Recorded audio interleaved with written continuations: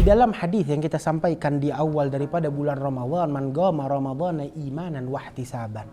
Barang siapa yang bangun di malam hari bulan Ramadan mencari keridhaan Allah, maka Allah Ta'ala ampuni segala dosa dia. Salah satu amalan yang diamalkan oleh Rasulullah dan dilanjutkan oleh para sahabat, bahkan seluruh sahabat sepakat bahwasanya ini adalah sunnah Rasulullah yang dianjurkan oleh Rasulullah Shallallahu Alaihi Wasallam adalah sholatut tarawih, atau yang kita kenal di negeri ini dengan sholat di bulan Ramadan yang dilakukan 20 rakaat setiap malamnya. Sholatut tarawih adalah sholat nafilah, sholat sunnah yang diadakan di bulan Ramadan oleh kaum muslimin secara berjamaah setelah mereka sholat isya. Maka tidak sah seseorang kalau belum sholat isya ingin sholat tarawih, yaitu waktunya setelah sholat isya. Wahya sunnah mustahabbah, dan ini sunnah yang sangat dianjurkan dan dicintai oleh Rasulullah Shallallahu Alaihi Wasallam. Dan rokaat daripada sholat tarawih adalah 20 rokaat daripada sholat tersebut. Dari zaman Rasulullah sampai zaman ini kita lihat di Mekah, di Madinah sholatnya 20 rokaat. Bahkan di zaman Imam Malik atau setelahnya di kota Madinah nggak cukup 20, ditambahin lagi 16 rakaat untuk menggantikan tawaf yang dilakukan oleh orang-orang yang ada di kota Mekah. Sebab mereka setiap habis beberapa kali salam mereka bertawaf. Maka orang kota Madinah menggantikan tawaf dengan sholat di kota Madinah tersebut.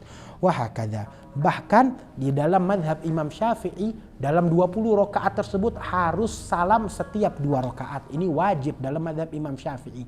Walaupun pendapat ulama yang lain tidak diwajibkan harus 2 kali salam, harus 2 kali rakaat lalu salam. Tetapi ini syarat Imam Syafi'i maksimal 2 rakaat lalu salam. Kalau tidak maka tidak disebut dengan sholat tarawih kata Imam Syafi'i. Dan waktunya setelah sholat isya sampai sebelum sholat witir. Dan dinamakan sholat tarawih sebab dahulu para sahabat mereka beristirahat di antara waktu-waktu sholat tarawih tersebut dengan berzikir, dengan bertawaf, dan dengan melakukan kegiatan lainnya. Dan ini sholat tarawih disepakati oleh seluruh sahabat di zaman Sayyidina Umar ibn Khattab. Betul, Rasulullah pernah sholat tarawih dan meninggalkannya, tetapi beliau meninggalkan bersama jamaah karena takut Allah Ta'ala wajibkan untuk umatnya setiap malam sholat 20 rakaat. Rasulullah tahu nggak setiap umat mampu, maka beliau mengerjakan. Tatkala orang sudah ramai, maka beliau tinggalkan berjamaah di hadapan sahabat, tetapi beliau tetap di dalam kamar, di dalam rumah beliau tetap beribadah menghamba kepada Allah Subhanahu wa Ta'ala.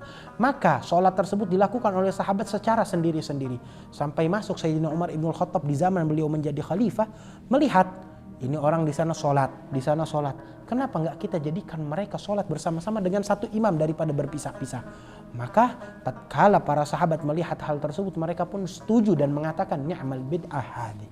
Sungguh sesuatu yang diperbuat oleh Umar yang baru, yang betul-betul nikmatnya, karunia yang besar dari Allah adalah ini. Diakui oleh seluruh para sahabat bahwasanya ini adalah amalan yang paling indah yang diperbaharui oleh Sayyidina Umar ibnul Khattab radhiyallahu anhu. Dan inilah yang diamalkan oleh para sahabat dan para ulama dan para salafus soleh. Bahkan Imam Malik, Imam Syafi'i, Imam Ahmad, Imam Abu Hanifah, semuanya sepakat sholat tarawih itu 20 rakaat dan itu sunnah. Yang mau mengerjakan ya monggo silakan, dan yang mau meninggalkan juga silahkan. Tidak ada yang mewajibkan sholat tersebut. Kita nggak mewajibkan apa yang itu nggak wajib dan tidak menafikan apa yang itu wajib.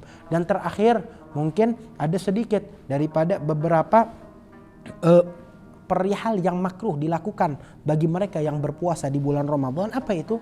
Salah satunya adalah al-hijamah, yaitu dengan mengambil darah, mengeluarkan darah dengan membekam dari tubuh dia, dan juga kumur-kumur tatkala wudu mubalaghah, didalemin kumur-kumurnya, dimasukin ke hidung dengan dalam, dimasukin ke mulut dengan dalam, menggoyangnya terlalu parah, itu juga makruh hukumnya.